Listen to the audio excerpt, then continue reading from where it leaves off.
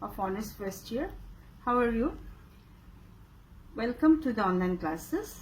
I am Kusumara Rumi. Our course is Introduction to Poetry. Today we are going to read Fernhill, written by Dylan Thomas. Students, today you will not see me, but I hope that you will remain attentive and listen carefully. After attending the online classes, you will submit your roll number in the comment section. Thank you. Before going through the poem, we must know about the poet. Dylan Thomas. Dylan Thomas is a modern poet. He was born in 1914 at Wells, that is in England. He became popular as a writer and also wrote some beautiful poems at the age of 20. Like other modern poets, he wrote poems about religion, childhood, and autobiographical incidents. In 1953, at the age of 39, he died in New York. The poem Fernhill is a glorification of childhood, but it is not only a recollection of childhood life, but a comment on the hardship of modern life. And Fernhill. What is Fernhill? Fernhill was the name of the farmhouse of Dylan Thomas's aunt. You know that it is an autobiographical poem. It was the place where Dylan Thomas passed his glorious childhood. He passed many of his summer vacation at Fernhill. The farmhouse was full of natural beauties. The poet used to roam about under the apple trees. At Fernhill he passed a carefree life. Today, I'll read the first two stanzas of the poem, then I will paraphrase line to line. Now the poem.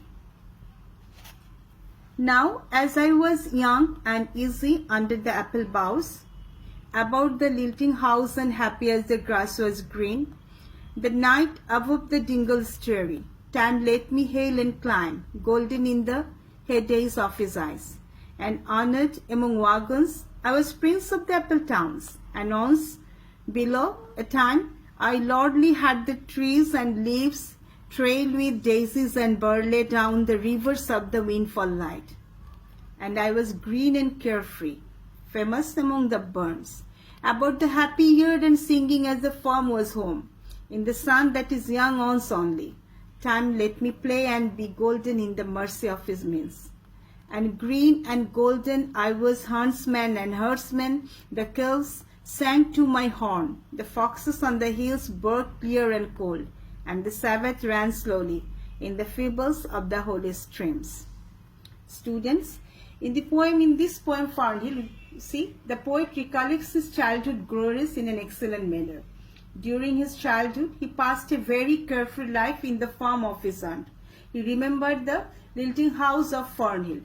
And what is apple boughs? Apple boughs means branches of apple trees. And lilting house full of music and sweet sounds. His childhood was as green as the green grass.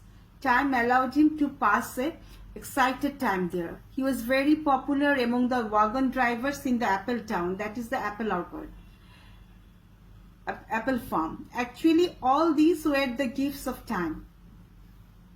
His childhood was lively and vibrant. He was glorified among the burns beside the joyous yard. He was happy under the sun. Time was his real lord and master. Here in this poem, students, we find a new figure of speech, that is personification. Personification means is a way of addressing an inanimate object as a living being. That means হচ্ছে যে কোনো অবচেতন বস্তুকে বা কোনো ধারণাকে ব্যক্তি মানুষের রূপ দেওয়া, সেটাকে আমরা ইংরেজিতে পার্সনিফিকেশন বা পার্সনিফাইড করা হয়। এখানে টাইমকে দ্য পোয়েট ডিলান থমাস সময়কে পার্সনিফাই করেছেন। সময় তাকে অ্যালাউ করেছে এই চমৎকার শৈশবটা উপভোগ করার জন্য। ফর্নহিলে যে চমৎকার শৈশব তিনি কাটিয়েছেন, সময় তাকে এই সুযোগটা করে দিয়েছে। So time is the Lord here, time is the real hero here. Sometimes time let him play the role of huntsman and herdsman. He remembers how he blew the hunter's horn. The foxes barked with him and the cows loud. He enjoyed every aspect of the farm.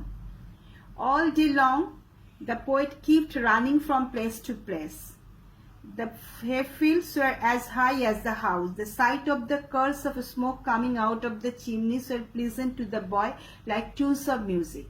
When he slept, he had some fantastic ideas. It seemed to him that the oaks carried away the farmhouse. Even he had other fantasies also. So that's the poem.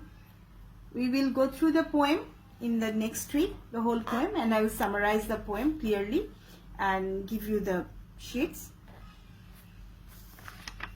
And for today, thank you students for today. In our next week we will meet again. We will be fine. Thank you.